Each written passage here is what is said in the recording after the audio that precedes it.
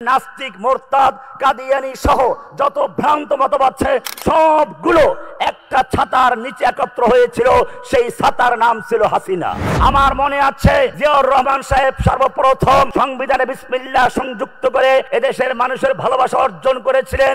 এরপরে বেগম খালেদা জিয়া এদেশের আলেম ওলামাদেরকে সম্মান দেখিয়েছিলেন এবং তিনি বলেছিলেন যে আমি ইসলামকে ভালোবাসি, আপনারা ইসলাম কায়েম করেন, আমাদের কোনো বাধা নেই।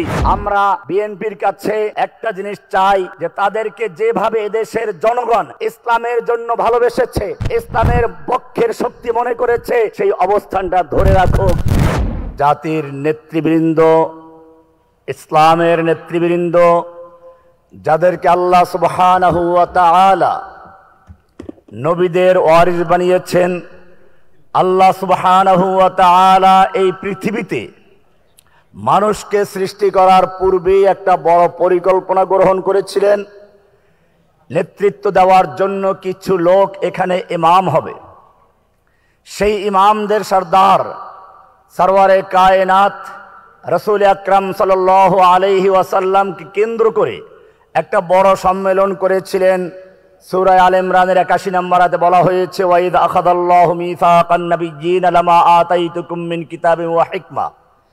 সেই অঙ্গীকারের পরে সমস্ত নবী রাসূলগণ দুনিয়াতে আগমন করলেন।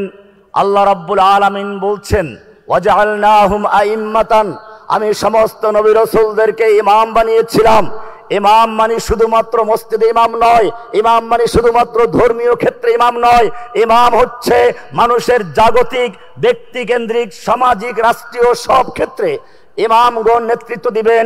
এটাই ছিল নবী রাসূলদের বৈশিষ্ট্য।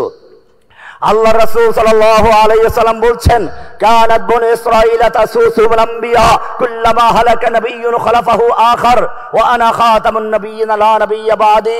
বনি ইসরাঈলদের রাজনৈতিক নেতৃত্ব দিতে নবীগণ, তাসুসুহুম মিনাস সিয়াসা, বনি ইসরাঈলদের যেমন ধর্মীয় নেতৃত্ব দিতেন নবীগণ, ঠিক তেমনি ভাবে তাদের রাজনৈতিক নেতৃত্ব দিতেন নবীগণ। এরপরে আল্লাহ রাসূল সাল্লাল্লাহু আলাইহি ওয়াসাল্লাম পর্যন্ত সেই ধারা অব্যাহত ছিল। তিনি নিজে একদিকে রাষ্ট্রনায়ক ছিলেন, আর একদিকে তিনি আল্লাহর পক্ষ থেকে ধর্মীয় দিকটা আলোচনা করেছেন। এরপরে তিনি ঘোষণা দিয়ে গেলেন, আমার পরে আর কোন নবী আসবে না, আমার পরে আসবে আলেমগণ, আল উলামা ওয়ারাসাতুল আম্বিয়া। সেই নবীগণের ওয়ারিস হচ্ছেন আমাদের এই উলামায়ে কেরামগণ। সুতরাং উলামায়ে কেরামরাই হচ্ছেন নবীদের ওয়ারিস, আম্বিয়া আইম্মাতুল কেরাম।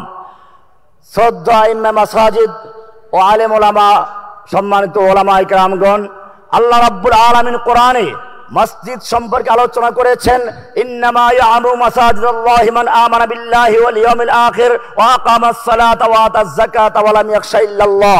এখানে 5টা বৈশিষ্ট্য উল্লেখ করা হয়েছে। তার মধ্যে সবচেয়ে গুরুত্বপূর্ণ সর্বশেষ যেটা, তা হচ্ছে ওয়ালাম ইয়াখশা ইল্লাল্লাহ, আল্লাহ ছাড়া কাউকে ভয় করবে না। কিন্তু আমরা দেখতে পাচ্ছি বর্তমানে আমাদের যে ইমামদের অবস্থা, তাতে ওয়ালাম ইয়াখশা ইল্লাল্লাহর পরিবর্তে ওয়ালাম ইয়াখশা ইল্লাল কমিটি, ওয়ালাম ইয়াখশা ইল্লাল কমিটি। এইখান থেকে আমাদেরকে মুক্ত হতে হবে। সেজন্য প্রয়োজন সমস্ত আলেম ওলামাদেরকে, মসজিদের ইমামদেরকে ঐক্যবদ্ধ হয়ে ঘোষণা করতে হবে, ওয়াতাসিমু বিহাবলিল্লাহি জামিআন ওয়া লা তাফাররাকু, তোমরা আল্লাহর রজ্জুকে, হাবলিল্লাহিল মাতিন ওয়াল কোরআনুল আযীম, কোরআনে আযীমকে ঐক্যবদ্ধভাবে ধারণ করো, বিচ্ছিন্ন হয়ো না। যদি বিচ্ছিন্ন হও, কোরআন বলছে ওয়ালা তানাযাউ ফাতাফশালু ওয়া তাযহাবা রিহুকুম, যদি তোমরা পরস্পর ইখতিলাফ করো, মতবিরোধ করো, ঝগড়া করো, ফাসাদ করো, দলাদলি করো, জেনে রাখবে ফাতাফশালু, তোমরা ফাসাল, তোমরা হীনমন্যতায় ভুগবে, ওয়া তাযহাবা রিহুকুম, তোমাদের প্রভাব তোমাদের শত্রুদের অন্তর থেকে চলে যাবে। এই কারণেই আমাদের মনে রাখতে হবে, মসজিদ শুধুমাত্র একটি ইবাদতের জন্যই না। আল্লাহর নবী সর্বপ্রথম মদিনায় গিয়ে যে কাজটি করেছেন, আউয়ালু মা ফাআলা রাসূলুল্লাহ সাল্লাল্লাহু আলাইহি ওয়াসাল্লাম হিনা হাজারা বিনাউল মসজিদ, প্রথমে মদিনায় গিয়ে মসজিদ তৈরি করেছেন। এই মসজিদ ছিল রাজনৈতিক কেন্দ্র, এই মসজিদ ছিল ধর্মীয় কেন্দ্র, এই মসজিদ ছিল সামাজিক কর্মকাণ্ডের কেন্দ্রস্থল। এভাবেই আল্লাহর রাসূল সাল্লাল্লাহু আলাইহি ওয়াসাল্লাম এই মসজিদে বসে সব কাজগুলো আঞ্জাম দিয়েছিলেন। সম্মানিত উলামায়ে কেরাম, সম্মানিত মসজিদের আইম্মায়ে কেরাম, জেনে রাখবেন আল্লাহ সুবহানাহু ওয়া তাআলা আমাদের কিছু দায়িত্ব দিয়েছেন। কোরআনের প্রথম দায়িত্ব হচ্ছে আল্লাযীনা ইউবাল্লিগুনা রিসালাতিল্লাহি, আমাদের প্রথম কাজ হচ্ছে আল্লাহর রিসালাতকে পৌঁছে দেওয়া।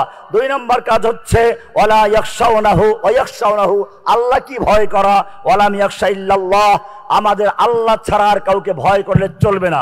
কোরআন বলছে সূরা মায়েদার 55 নম্বর আয়াতে, ইন্নামা ওয়ালিয়্যুকুমুল্লাহু ওয়া রাসূলুহু ওয়াল্লাযীনা আমানু, তোমাদের বন্ধু কোনো কমিটি নয়, তোমাদের কমিটির অন্য কেউ নয়, তোমাদের বন্ধু হচ্ছে আল্লাহ, তোমাদের অভিভাবক হচ্ছেন রাসূল। ওয়াল্লাযীনা আমানু, এবং যারা তোমাদের সঙ্গে 5 ওয়াক্ত নামাজ অংশগ্রহণ করে তারাই তোমাদের সত্যিকার বন্ধু, তারাই তোমাদের সত্যিকার আপনজন। আমাদের মনে রাখতে হবে কোরআন পরিষ্কার বলেছে যালিকা বিআন্নাল্লাহা মাওলাল্লাযীনা আমানু ওয়া আন্নাল কাফিরিনা লা মাওলা লাহুম। সূরা মুহাম্মাদের 11 নম্বর আয়াত, আল্লাহ বলছেন মুমিনদের মাওলা আছে, কাফেরদের কোনো মাওলা নেই। ওরা যতই দাবি করুক নেতা আছে, অমুক নেতা না, আল্লাহ বলছেন লা, ওদের কোনো নেতা নাই। যালিকা বিআন্নাল্লাহা মাওলাল্লাযীনা আমানু, মুমিনদের মাওলা হচ্ছেন আল্লাহ, ওয়া আন্নাল কাফিরিনা লা মাওলা লাহুম, কাফেরদের কোনো মাওলা নেই। সুতরাং মনে রাখতে হবে মুমিনদের ইজ্জতের মালিক, সম্মানের মালিক সবকিছু আল্লাহ। কোরআন বলছে সূরা নিসার 139 নম্বর আয়াতে, আল্লাযীনা ইয়াত্তাখিযুনাল কাফিরিনা আউলিয়া মিন দুনিল মুমিনিন, যারা মুমিনদের পরিবর্তে কাফেরদেরকে বন্ধু বানাতে চায়, ওলি বানাতে চায়, তারা কি মানুষের তাদের কাছে ইজ্জত চায় না? সমস্ত ইজ্জতের মালিক আল্লাহ সুবহানাহু ওয়া তাআলা। আজকে আমি এখান থেকে বলতে চাই, সম্মানিত উলামায়ে কেরাম, আমাদের ঐক্যবদ্ধ হয়ে আবার সে হারানো ইজ্জত ফিরিয়ে আনতে হবে। আজকে এখানে বিভিন্ন দল মতের লোকেরা আছেন, আমি একটা কথা স্পষ্ট করতে চাই, বাংলাদেশের বিএনপিকে মানুষ ভালোবাসতো কি জন্য? একমাত্র তারা ইসলামের মূল্যবোধের শক্তির জন্য। আমি পরিষ্কার বলি, বাংলাদেশের 2টা বলয় আছে। একটা বলয় হচ্ছে ইসলাম বিরোধী শক্তির ছাতা, যেখানে নাস্তিক, মোরতাদ, কাদিয়ানি সহ যত ভ্রান্ত মতবাদ আছে সবগুলো একটা ছাতার নিচে একত্র হয়েছিল, সেই ছাতার নাম ছিল হাসিনা। এদেশের জনগণ তাদেরকে দেশ থেকে বিতাড়িত করেছে। ইসলামের জন্য এদেশের মানুষ বিএনপিকে ভালোবেসেছে। আমার মনে আছে জিয়াউর রহমান সাহেব সর্বপ্রথম সংবিধানে বিসমিল্লাহ সংযুক্ত করে এদেশের মানুষের ভালোবাসা অর্জন করেছিলেন। এরপরে বেগম খালেদা জিয়া এদেশের আলেম ওলামাদেরকে সম্মান দেখিয়েছিলেন এবং তিনি বলেছিলেন যে আমি ইসলামকে ভালোবাসি, আপনারা ইসলাম কায়েম করেন, আমাদের কোনো বাধা নেই। এজন্য মনে রাখতে হবে, আমরা এই জালিমকে হটানোর জন্য কারা নির্যাতন শুধু বিএনপি বা জামাত একভাবে কেউ করে নাই, এদেশের সব মানুষের অবদান ছিল। সুতরাং আমাদের মনে রাখতে হবে, আমরাও যাতে করে ঐক্যবদ্ধভাবে আমরা বিএনপির কাছে একটা জিনিস চাই, যে তাদেরকে যেভাবে এদেশের জনগণ ইসলামের জন্য ভালোবেসেছে, ইসলামের পক্ষের শক্তি মনে করেছে, সেই অবস্থানটা ধরে রাখুক। ইনশাআল্লাহ এদেশে ঐক্যবদ্ধ থাকবে মানুষ। আল্লাহ তাআলা আমাদের সকলকে ঐক্যবদ্ধ থাকতে তৌফিক দান করে, আমিন। আসসালামু আলাইকুম ওয়া রাহমাতুল্লাহি ওয়া বারাকাতুহু।